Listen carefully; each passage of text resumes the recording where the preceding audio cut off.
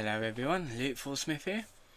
Back to library file readings for Resident Evil 5. This one is going to be of Sheva Alomar, the terrible partner. To be fair, she's not terrible, but if you play in the on offline mode without a human partner, the computer that plays her is not very good at it. So her AI is absolutely terrible in the game. The best way to play Resident Evil 5 is with a friend or online, because the computer playing her is not so good.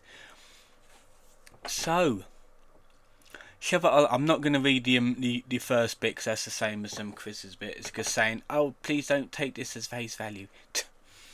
Sheva Alomar was born into an impoverished family situation in a small factory town situated in Africa. This particular town being home to Umbrella Plant 57. This is a long one, by the way. As with most factory towns, the plant was the lifeblood of the town, bringing in much needed revenue and steady employment for its populace. Around 80% of the town's adult population was employed at the factory in some facility, including Sheva's parents. Is it Sheva or Sheva? Because I always say Sheva. While pay was low by most nations' standards, it provided a steady income for the townspeople and a happy childhood for Sheva. This happiness was short-lived, however. Here we go. While only 8 years old, Sheva's peaceful life was brought to an abrupt end by the sound of sirens erupting from the factory. As the sirens pierced the air, an anonymous plume of black smoke poured out of the factory. Even as a child, Sheva knew something was terribly wrong. With dread in her heart, she ran towards the factory. Arriving at the factory, she soon discovered the entrance blocked. In place of the kind old man that used to stand guard at the entrance, strange adults in protective suits were everywhere, their faces hidden by masks. Sheva could not understand what was happening. Umbrella's happening. Oh, no, it's TriStar in this game, isn't it? I realised years later that they were wearing anti-biohazard protective gear. They were part of Umbrella's special forces. Okay, it was Umbrella then. She may have not understood the muffled voices emanating from beneath those masks at the time, but the assault rifles they levelled at her more than made their intentions understood. The country was not a very stable place to begin with, and near her town resided members of a large anti-government guerrilla army. Although only a child, Sheva knew all too well the violence that often accompanied those with guns. The adults in the village that remained were promptly executed by these gunmen.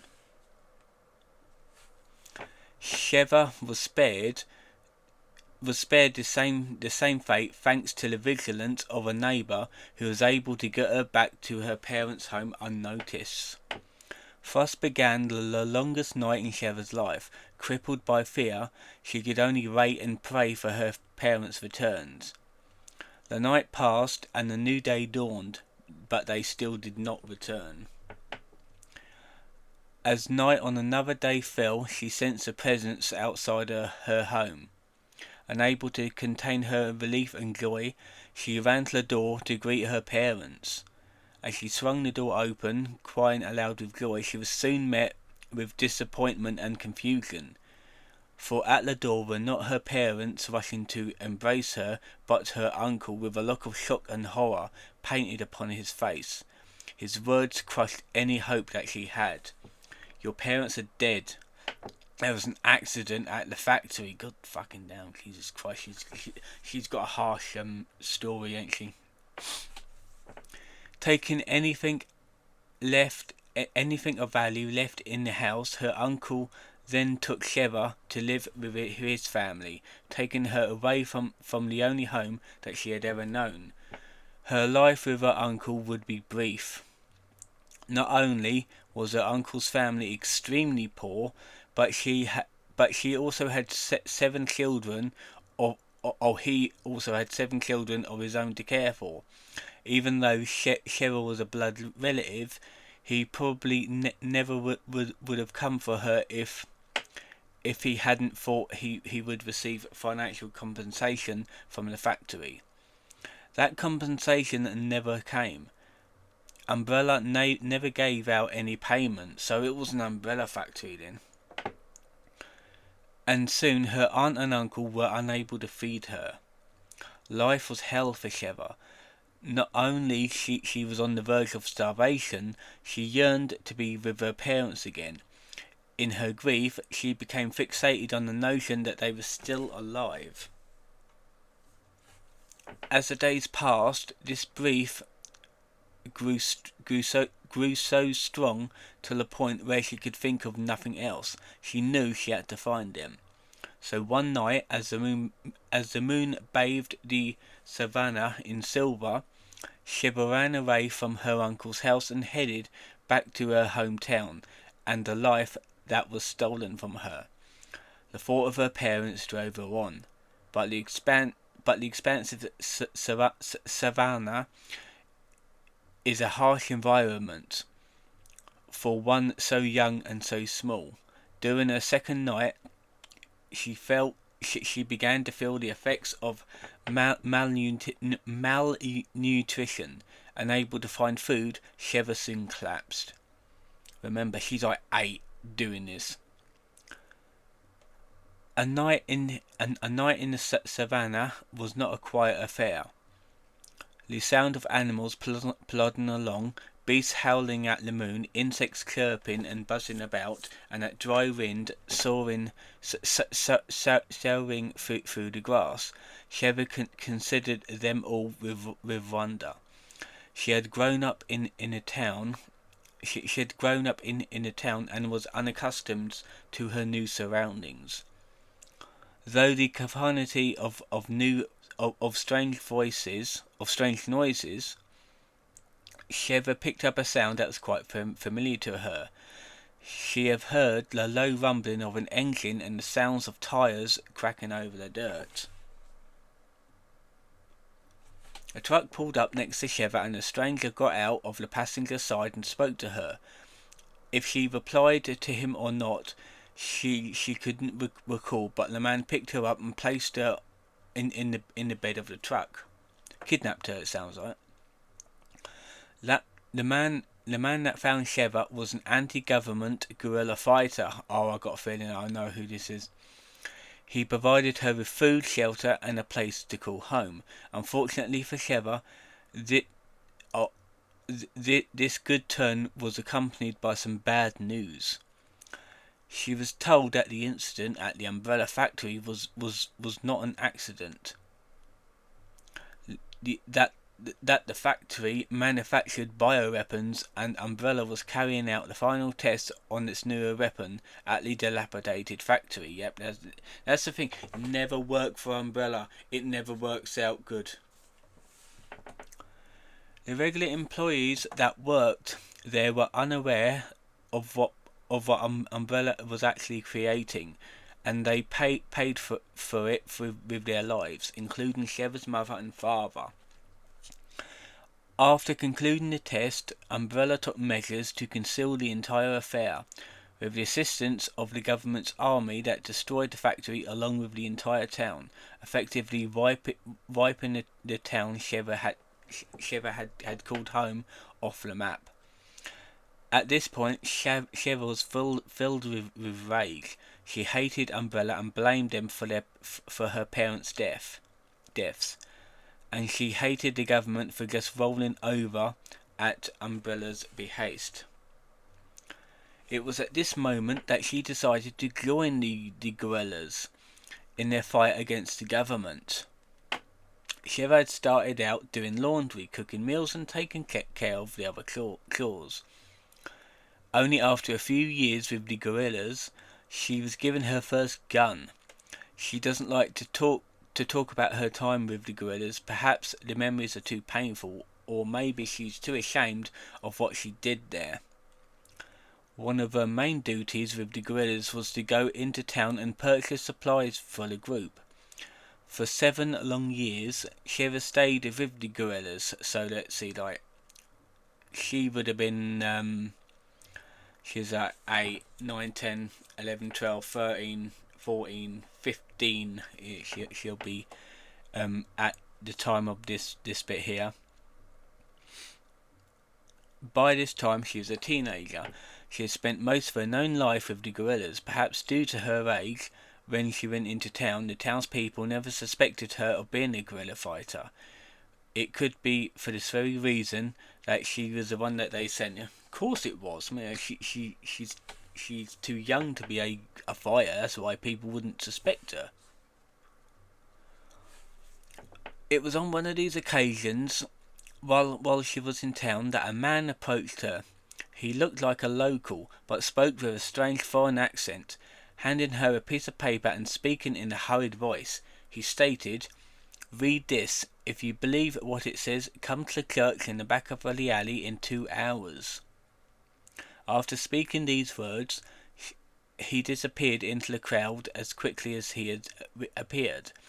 Sheva turned the paper over in her hand, and her eyes were drawn to one word: umbrella. Here we go again. It was the same pharmaceutical company whose selfish aims took her parents from her. If that incident has never happened, perhaps her life would have been different. The message on the paper said that the guerrillas were planning on using bioweapons to conduct a large-scale terrorist attack that would overthrow the government. Umbrella was going to make a deal with the guerrillas to provide them with the bioweapons. The man wanted Sheva to help in stopping the deal from going through. Is this like Josh? Josh Stone, I think his name is. Is this him? At first, Sheva thought it was a government trap, but deep down she knew that the note spoke the truth. When asked how she knew, she had this to say: "My country is strongly influenced by France, and many government officials spoke in French patros. But this man was different. I couldn't place his accent at the time, but somehow I knew I could trust him." Can you though? Sheva followed her instincts. She went to the church and met two men there. One of them had given the note earlier. The other wore a suit and no tie, and said that he was from the US government. What the man in the suit wanted seemed straightforward, though. The apprehension of the representative from Umbrella, from what he said, this particular person held the key to causing an irreparable blow to Umbrella, but in order to arrest him, they needed Sheva's help. As long as they got their man, they couldn't do anything to her, but or follow guerrillas. Even if they did not succeed in arresting the man in question, they promised not to turn her or her companions over to the authorities. The man in the suit offer seemed credible, but could she betray those who had been like a family to her? The man seemed to understand Sheva's apprehension, so he asked her one simple question: "Don't you want to see Umbrella punished for what they have done?" Sheva quickly nodded her head. "That's why we selected you. But if you want to help us fight Umbrella, then you're going to have to leave your so-called friends." "And then what? What is in it for me?" Sheva asked. "Look around. You know those guerrillas you are with aren't doing this for some greater good. They'll do anything to topple the government, including things you know are wrong. Help us, and you can finally do something good for the people of your country." "And what makes you think a 15-year-old girl can help?" "Someday," this is reading out like a bloody interview now, Someday you'll learn that age matters very little.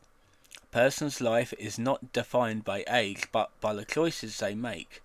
So you have you have the chance to fight for something that goes beyond just you, something that affects the entire world. Can you really walk away when so much is at stake? Sheva would never forget these words. 3 days later, the Special Forces team arrived at a location where the deal was taking place. Sheva had left the door to the building unlocked, and she wore a wire so the team on standby could hear what was taking place. The operation was a success. The target from Umbrella was quickly apprehended and taken away.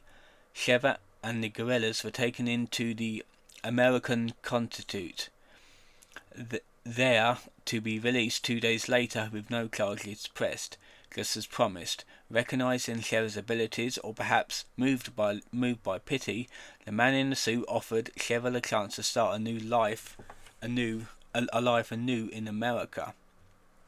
I don't think she took that offer. With nothing, oh, she must have done.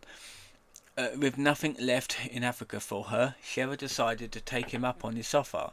Shortly after arriving in America, Sheva's high intelligence and drive quickly became apparent.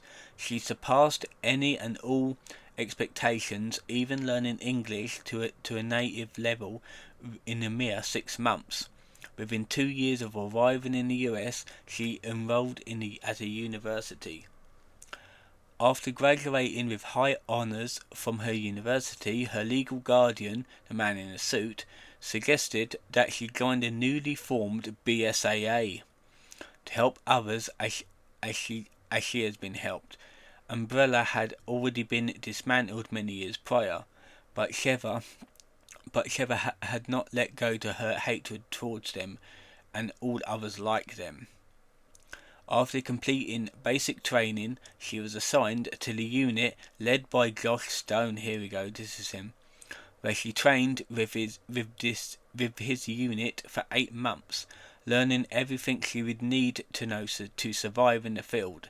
After the completion of her training, she was handpicked to become a BSAA agent.